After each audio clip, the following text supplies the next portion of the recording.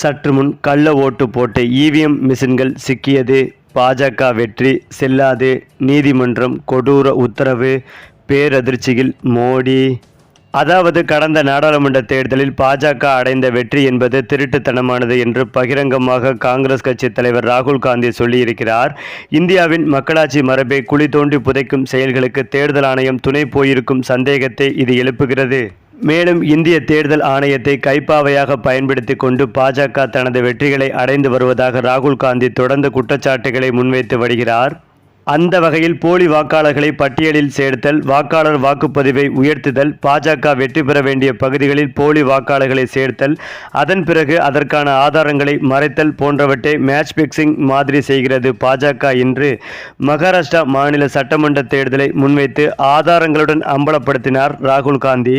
மேலும் இதனை ஆதாரபூர்வமாக இன்னமும் தேர்தல் ஆணையம் மறுக்கவில்லை. இப்போது 2024ஆம் ஆண்டு நடந்த நாடாளுமன்ற தேர்தலிலேயே முறைகேடுகள் நடந்துள்ளது என்று ராகுல் காந்தி கூறி வருகிறார். குறிப்பாக கடந்த ஆண்டு நடைபெற்ற மக்களவைத் தேர்தலில் மோசடி நடைபெற்றுள்ளது. அதற்கான ஆதாரங்களை தனது கட்சி விரைவில் வெளியிடும் என்று நாடாளுமன்ற மழைக்கால கூட்டத்தொடரில் பேசிய போது ராகுல் காந்தி தெரிவித்தார். கடந்த தேர்தலில் பாஜகவிற்கு குறுகிய பெரும்பான்மையை பெற்றுத்தரும் நோக்கத்துடன் மோசடி செய்யப்பட்டதாக அவர் குற்றம் சாட்டியுள்ளார். மேலும் நாடாளுமன்ற வளாகத்தில் செய்தியாளர்களிடம் பேசிய போது வாக்காளர் பட்டியலில் பேரளவில் மோசடி செய்யப்பட்டதற்கான ஆதாரங்களை காங்கிரஸ் கண்டுபிடித்திருப்பதாக தெரிவித்தார் ராகுல் காந்தி. இந்த நிலையில்தான் டெல்லியில் நடைபெற்ற காங்கிரஸ் கட்சியின் சட்ட மாநாட்டில் கலந்து கொண்ட ராகுல் காந்தி வாக்கு திரட்டுக்கான ஆதாரம் தங்களிடம் இருப்பதாக தெரிவித்துள்ளார். தேர்தல் முறையை பற்றி நான் சமீப காலமாக பேசி வருகிறேன். 2014 முதலே தேர்தல் முறையில் ஏதோ தவறு இருப்பதாக எனக்கு சந்தேகம் இருந்து வந்தது. குஜராத் பேரவைத் தேர்தலில் பாஜக அமோக வெற்றி பெற்றதில் எனக்கு சந்தேகம் இருந்தது. அதேபோல் நாங்கள் இதை பற்றி பேசும் போதெல்லாம் மக்கள் ஆதாரங்கள் எங்கே என்று கேட்டார்கள். பின்னர் மகாராஷ்டிரா மக்களவைத் தேர்தலில் நாங்கள் வெற்றி பெற்றோம்.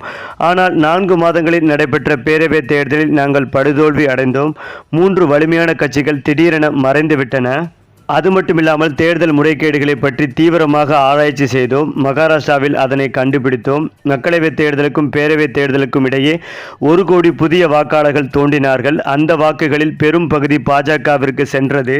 தற்போது எந்த சந்தேகமும் இல்லாமல் சொல்கிறேன், எங்களிடம் ஆதாரம் உள்ளது. தேர்தல் ஆணையம் செயல்படவில்லை என்பதை நிரூபிக்க எங்களிடம் ஆதாரம் உள்ளது. அது சமரசம் செய்யப்பட்டுள்ளது.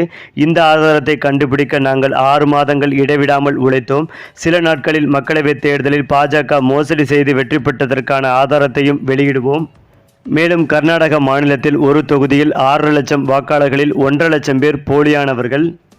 இந்த நிலையில்தான் கடந்த முறை நடந்த தேர்தலில் வாக்கு செலுத்திய இவிஎம் மிஷின்கள் எங்கே இருக்கிறது குறித்த ஆய்வுகள் நடைபெற்று வந்தது.